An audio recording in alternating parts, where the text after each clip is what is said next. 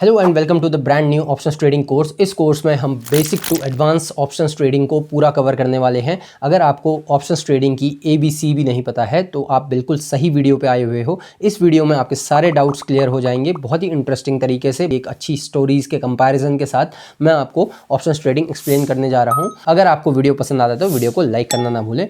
बिना ज़्यादा time waste करे हुए स्टार्ट करते हैं। सो ये कुछ टर्म्स हैं आपकी स्क्रीन पे इस टाइम, जो ऑप्शंस ट्रेडिंग में आप लोगों ने या तो सुने होंगे या फिर कहीं देखा होगा अपने ब्रोकर की ऐप में। तो सबसे पहले इन टर्म्स में आने से पहले हम समझते हैं कि ऑप्शन एक्चुअल में होता क्या है। ऑप्शंस जो होता है वो मोर और लेस एक इंश्योरेंस होता है। आपने अपनी जनरल लाइफ में इंश्योरेंस कभी ना कभी बाई किया होगा। तो हम एक एग्जांपल देखते हैं ऑप्शंस को समझने के लिए, ऑप्शन किस तरह से इंश्योरेंस की तरह होते हैं। आपके पास मान लेते हैं एक कार है, टाटा नैनो आपके पास है, 1 लाख रुपीज़, एक राउंड नंबर हम समझने के लिए रखते हैं इसमें। अगर आपको डर है कि आपकी कार डैमेज कहीं हो सकती है किसी एक्सीडेंट में, तो आप क्या करवाओगे, उसका इंश्योरेंस करवाओगे। ठीक है, तो 1000 रुपीज़ लगभग आपने प्रीमियम देना है इंश्योरेंस कंपनी को। तो यहाँ पर एक और चीज़ हम देखेंगे साथ साथ कि जो इंश्योरेंस सेलर कंपनी होती है वो एक बड़ी कंपनी है। ठीक है, किसी भी बड़ी कंपनी से हम बाई करते हैं और इंश्योरेंस को बाई करने वाले हम लोग जो है, हम उनको क्या पे कर रहे हैं, उस इंश्योरेंस की प्रोटेक्शन के लिए 1000 रुपीज़ हम पे कर रहे हैं।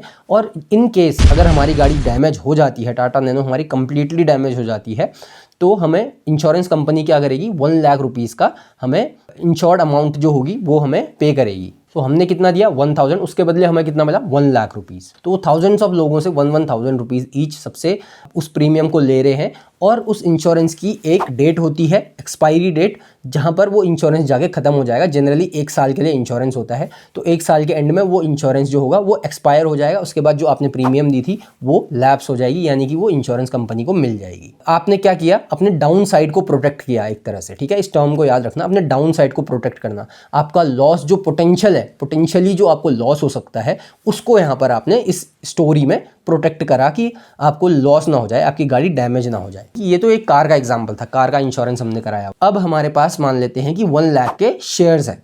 ठीक है, रिलायंस के शेयर्स हैं मान लेते हैं हमारे पास।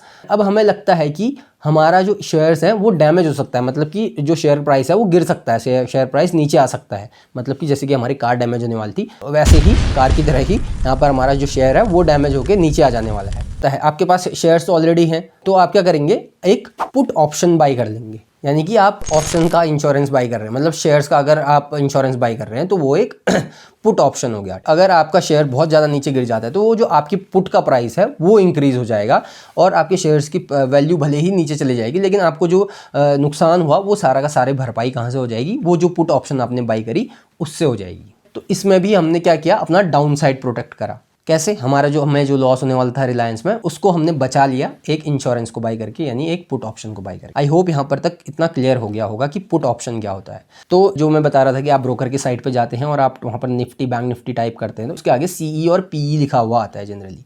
तो जो PE लिखा हुआ आ रहा है वो ही जो है पुट ऑप्शन है। ठीक है, अगर आपका रिलायंस PE टाइप करोगे आप और आपको लगता है कि रिलायंस का प्राइस नीचे जाने वाला है, तो आप रिलायंस PE को बाई कर दोगे, तो आपका जो डाउन साइड वो प्रोटेक्ट हो जाएगी। और तो अब CE क्या होता है, CE होता है अपने अपसाइड को प्रोटेक्ट करने के लिए। अब जनरली ऐसा तो नहीं होता है कि हमने शेयर्स बाई किए हैं तो हमें जो ऊपर जा रहा है तो हमें उसको प्रोटेक्ट करना पड़ेगा। शेयर्स अगर हमने नॉर्मली बाई करे हुए हैं तो उसमें तो ऐसा नहीं करना पड़ता है, लेकिन अगर हमने जो स्टॉक्स हैं उनको फ्यूचर्स में अगर सेल करा हुआ है तो हम खाली बस पहले सेल भी कर सकते हैं। हमने सेल किया हुआ है तो हमें फ़ायदा कैसे होगा, जब शेयर प्राइस नीचे जाएगा तो हमें प्रॉफिट होने लगेगा, और अगर ऊपर जाता है तो हमें लॉस होने लगेगा। तो उसको प्रोटेक्ट करने के लिए, यानी कि ऊपर जाके हमें लॉस होने वाला है, तो हम उस अपसाइड को प्रोटेक्ट करने के लिए एक कॉल ऑप्शन बाई करते हैं। तो जो ये ऑप्शन कॉन्ट्रैक्ट्स जो होते हैं दो लोगों के बीच में, एक ऑप्शन बायर और ऑप्शन सेलर के बीच में, यानी इंश्योरेंस कंपनी जिस तरह से बड़ी एंटिटी थी और एक इंश्योरेंस बायर जो था एक इंडिविजुअल इंसान था, उसी तरह से जो ऑप्शन सेलर है वो जनरली एक बड़ी एंटिटी होती है, बड़े प्लेयर्स होते हैं जिनके पास कैपिटल बहुत ज़्यादा होती है, और ऑप्शन बायर जो होते हैं जनरली कम अमाउंट से भी ऑप्शन बाइंग कर सकते हैं। ऑप्शंस को इनिशियली इसी पर्पज़ के लिए बनाया गया था, इसी पर्पज़ के लिए, यानी अपने स्टॉक्स को डाउन साइड से प्रोटेक्ट करने के लिए, जिसको हेजिंग भी कहा जाता है। होप अब तक आपको इतना समझ आ चुका होगा कि ऑप्शंस क्या होते हैं और इन्हें किस तरह से यूज किया जाता है। ये था ट्रेडिशनल मेथड जिसके लिए ऑप्शंस बने हुए थे। अब अभी के करंट सिनेरियो में कैसे यूज होते हैं वो मैं आपको एक्सप्लेन करता हूँ। वापस हमने इंश्योरेंस वाले एग्जांपल में आते हैं। हम आपने इंश्योरेंस बाई किया हुआ था, वो उस इंश्योरेंस का प्रीमियम आपने कंपनी को दिया और वो कंपनी ने आपको एक पेपर दिया, वो आपको पेपर मिलता है कि आपकी गाड़ी इंश्योर्ड है करके, ठीक है। अब मैं वो पेपर को लेके चले गया एक स्टॉक मार्केट में, और मैं वहाँ पर लोगों से बोलता हूँ कि मेरी गाड़ी डैमेज होने के चांसेस हैं, मैं बहुत रफ तरीके से गाड़ी चलाता हूँ,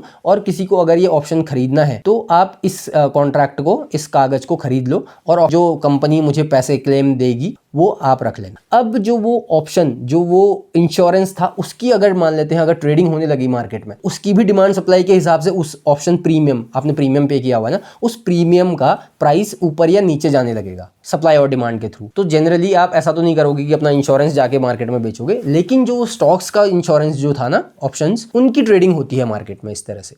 तो जो प्राइमरी, जो हमारा मोटिव था, प्राइमरी जो ऑप्शन बायर और सेलर के बीच में एग्रीमेंट था, उस चीज को नॉर्मल ट्रेडिंग होने लग गई उस कॉन्ट्रैक्ट की। तो अब अपने डाउन साइड को प्रोटेक्ट करने के लिए मैंने अपनी रिलायंस का पुट खरीदी, तो किसी ने मुझे बेची, ठीक है। अब मैं उस कॉन्ट्रैक्ट को करने के बाद मैं मार्केट में चले जाता हूँ और मार्केट से लोगों से को बेचने लगता हूँ। लोग रिलायंस के प्राइस के हिसाब से, रिलायंस मूव किस हिसाब से कर रहा है उसके हिसाब से ही लोग उसको, उस पर डिमांड और सप्लाई आ जाएगी और उसकी ट्रेडिंग होने लगेगी, ठीक है। अब मान लेते हैं कि निफ्टी और बैंक निफ्टी जैसे हैं, निफ्टी अगर ऊपर जाने वाला है तो मैं क्या करूँगा, कॉल ऑप्शन बाई करूँगा, सीई बाई करूँगा, और अगर निफ्टी नीचे जाने वाला है तो मैं पुट ऑप्शन बाई करूँगा। और उसमें बहुत सारे फैक्टर्स और होते हैं, लेकिन ये कॉन्सेप्ट क्लैरिटी के लिए ये स्टोरी और ये एग्जांपल था। तो बेसिक क्लैरिटी के लिए आई होप ये एग्जांपल जो था इंश्योरेंस का, उसके साथ आप कंपेयर करके इसको थोड़ा अंडरस्टैंड कर पाए होंगे। इसको फर्दर डिटेल में, इसके आगे के कॉन्सेप्ट्स को, एक्सपायरी डेट क्या होती है, स्ट्राइक प्राइस क्या होता है, स्पॉट प्राइस क्या होता है, ओपन इंटरेस्ट क्या होता है, इन सब चीज़ों को हम